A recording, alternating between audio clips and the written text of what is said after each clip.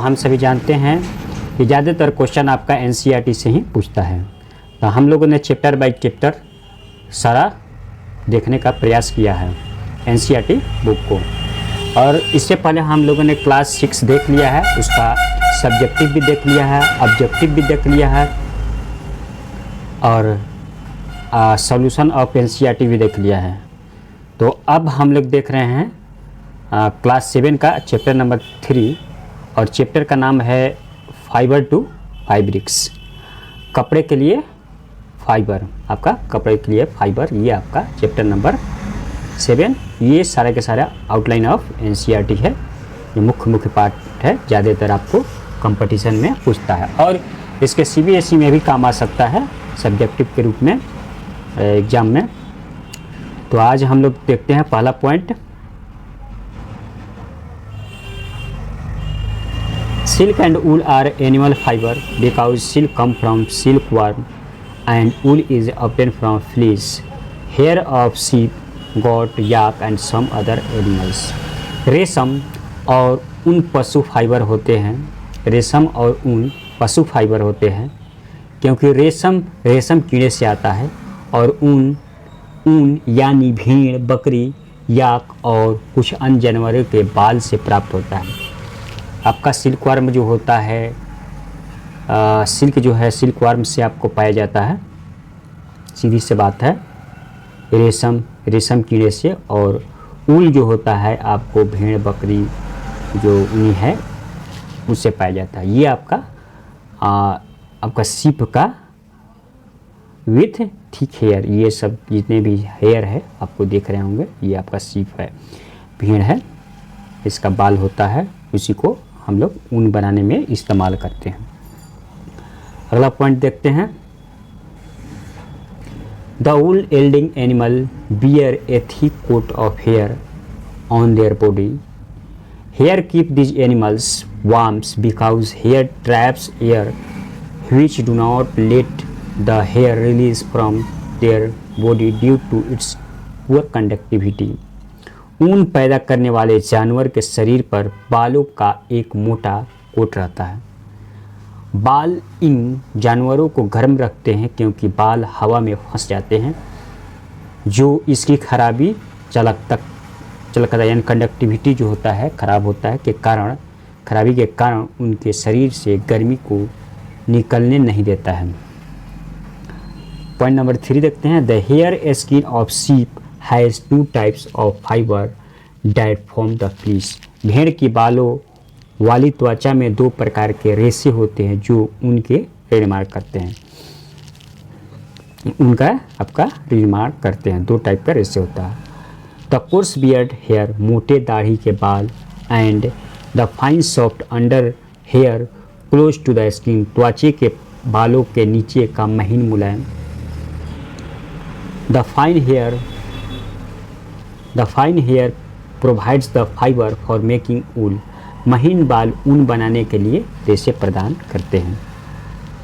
Point number 4 देखते हैं,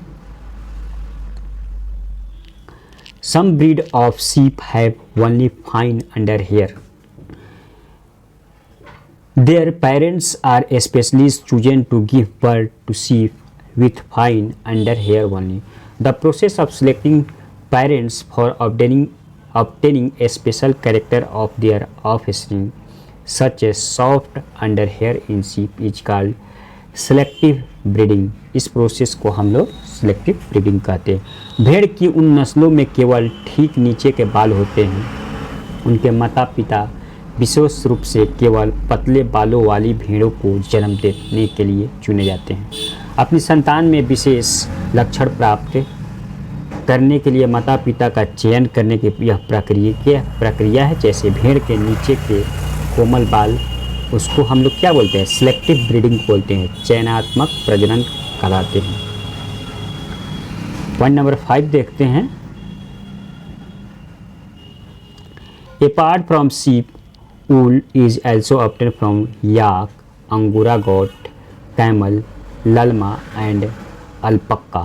भेड़ के अलावा याक, अंगोरा, बकरी, ऊँट, लम्मा, अल्पक्का भी ऊन प्राप्त करते हैं, उनसे भी हम लोग ऊन प्राप्त करते हैं। जैसे में अंगोरा है, ये इससे भी ऊन हमको मिलता है। गॉट है, बकरी है, कैमल है, उससे भी ऊन मिलता है। और ये आपका याक है, इससे भी ऊन मिलता है। और ये लंबा है, इससे भी ऊन मिलता है। अल्पाका आपका फिगर भी इसमें शो कर दिया गया है।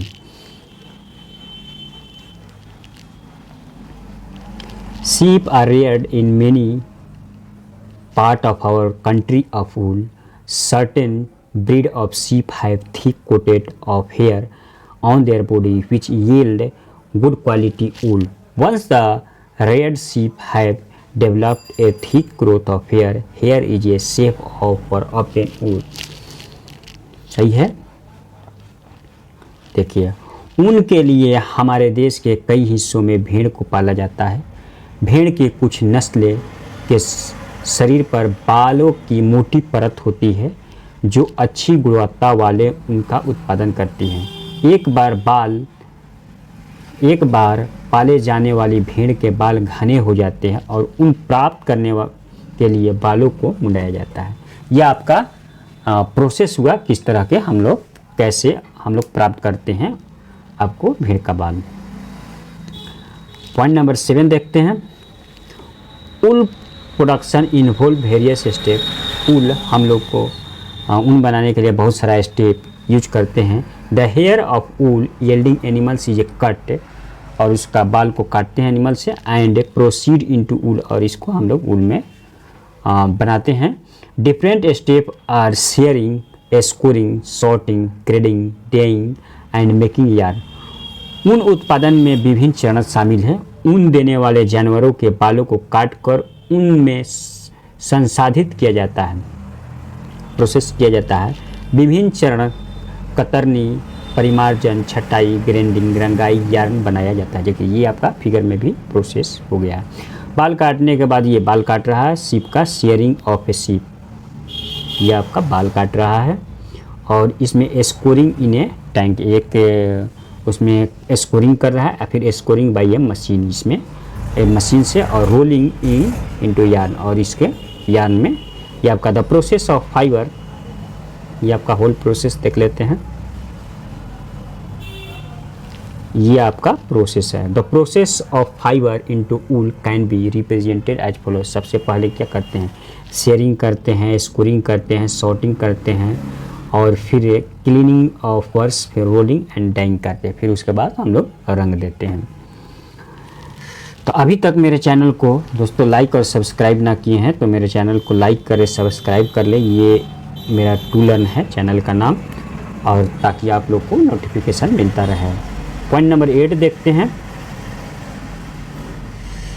The rearing of silk worm for getting silk is called sericulture. Sericulture उसको हम बोलते हैं। रेशम प्राप्त करने के लिए रेशम कीटों का पालन रेशम कीट पालन कहलाता है। रेशम हम लोग प्राप्त करते हैं, उसको पालने का प्रोसेस को हम लोग sericulture. Silk worms are caterpillars of silk moth which feed on the leaves of mulberry. रेशम कीट रेशम के पतंगे के कैटरपिलर होते हैं जो शहतूत की पत्तियों पर फीड करते हैं। ये तो बात सही है। Silk worm are caterpillar of silk moth का है आपका which feed on the leaves of mulberry, शहतूत के पत्ते पर आपका फीड करते हैं, मलबेरी। ये आपका शहतूत का पेड़ है। देखिए, ये आपका female silk worm on the moth egg, ये आपका female silk worm moth with egg, अंडे के साथ है। और ये मलबरी यानी कि शहतूत का पेड़ है, और इस पर मलबरी ट्री है आपका, शहतूत के पेड़ है, और इसमें से एक लीफ है, और लीफ पे क्या करता है, larva caterpillar silk moth feeding होने उस पर अपना फीड करता है मलबरी लीव्स पर। और ये silk worm, female silk worm, और इसके बाद कोकून हमारा रेयरिंग, ये प्रोसेस हो गया है, उसके बाद कोकून आपका बन जाता है। इधर during their life cycle, point देखते हैं। During the life cycle the worms spin cocoons of silk fibre. अपने जीवन चक्र के दौरान कीड़े रेशम के रेशों के कोकून को घुमाते हैं। Silk fibre are made up of protein, और रेशम के रेश प्रोटीन के बने होते हैं। ये भी आपका ऑब्जेक्टिव क्वेश्चन में डायरेक्ट पूछ देता है। Silk fibre from cocoons are separated by reeling the silk. Cocoon से रेशम के रेशों को रेशम की रील से अलग किया जाता है। ये बात सही है। अगला पॉइंट देखते हैं, point number 13। Reeling is done in the special machine, और रीलिंग एक स्पेशल खास मशीन में किया जाता है, उसमें लपेटा जाता है। Which unwind the thread of fibre of silk from cocoon of silk fibre are then spun in the thread into the cloth. Reeling विशेष मशीन में की जाती है जो कोकून से रेशम के धागों या रेशों को खोलती है। रेशम के रेशों को फिर धागों में और फिर कपड़ों में काटा जाता है। यह आपका ऊपर में हम लोग इसका मशीन देखे हैं। ये कुछ आउटलाइन है आपका इम्पोर्टेंट, जो कि ऑब्जेक्टिव फॉर्म में डायरेक्ट आपको पूछ देता है। कोकून के बारे में हम लोग जानते हैं। कोकून है क्या? Caterpillar complete cover itself by silk fibre. आपको एक कैटरपिलरी जो सिल्क फाइबर से पूरा फाइबर से मतलब क्या होता है, वो कवर होता है, टर्न इनटू प्यूपा, और ये प्यूपा में कन्वर्ट होता है। The covering is known as cocoon, और इस कवरिंग को हम लोग क्या बोलते हैं कोकून में। और फ्लिस क्या बोलते हैं? हेयर ऑन द बॉडी और outer coat of the sheep, और याक इज कॉल्ड फ्लिस। ऊपर वाली जो आउटर कोट है शीप का हो या याक को हो, उसको हम लोग फ्लिस बोलते हैं, उसके बाल को। It is the source of wheel, यही आपका ऊन का स्रोत है। फ्लिस ही आपका ऊन का स्रोत है। द प्रोसेस ऑफ रीलिंग किसको बोला? The process of taking out thread from cocoon for use as a silk is called reeling the silk. Cocoon से हम लोग थ्रेड को बाहर निकालने का प्रोसेस को क्या बोलते हैं और यूज करते हैं सिल्क, उसे रीलिंग ऑफ सिल्क बोलते हैं। स्कोरिंग किसे बोलते हैं? The sheared skin with hair is thoroughly washed in tank to remove grease, dust and dirt. This is called scoring. हम लोग ऊपर देखे हैं टैंक में जो स्कोरिंग कर रहा था, उसमें एक टैंक में आपको डस्ट को बाहर निकाला जाता है, डर्ट को बाहर निकाला जाता है इस प्रोसेस के थ्रू, स्कोरिंग प्रोसेस के थ्रू। सेरीकल्चर किसे कहते हैं? The production of raw silk by rising silk worm is called sericulture. इसको हम लोग सेरी कच्चा आपको क्या बनाने में मदद होता है। रॉ सिल्क बनाने के लिए प्रोडक्शन का जो सिल्क वर्म द्वारा किया जाता है उसको हम लोग सेरीकल्चर बोलते हैं। सीयरिंग किसे बोलते हैं? The process of removing fleece of the sheep along with the thin layer of skin from its body is called shearing. Sheep के ऊपर से मतलब कि जो काट के निकालता है बाल, उसी को हम लोग क्या बोलते हैं? शेयरिंग बोलते हैं। सिल्क मोथ किसे बोलते हैं? The silk moth develop from pupa inside the cocoon. Cocoon के अंदर में आपका प्यूपा रहता है, उसी से आपको सिल्क मोथ बनता है। और सिल्क यार और thread is obtain from the pupa of the silk of moth, cocoon of the silk moth. The silk यानी कि कोकून से हम लोग क्या सिल्क यार धागा पाते हैं, रेशम धागा सिल्क मोथ के कोकून से। सॉर्टिंग किसे कहते हैं? The separation of hairy skin in the different texture is called sorting. और हेयरिंग स्किन जो होता है, हेयरी स्किन, उसको डिफरेंट टेक्सचर के माध्यम से, वो कपड़े वाला मशीन के माध्यम से उसको क्या किया जाता है? सेपरेट किया जाता है, उसको हम लोग सॉर्टिंग बोलते हैं। कैटरपिलर्स किसको बोलते हैं? द फीमेल सिल्क मोथ ले egg from which worm like larva called caterpillars. जो फीमेल सिल्क मोथ होते हैं वो गर्म अंडे मतलब वर्म लाइक लार्वा, एक फीमेल ले egg, the female silk moth ले एग अंडे को ले करती हैं, माने बाहर निकालती है।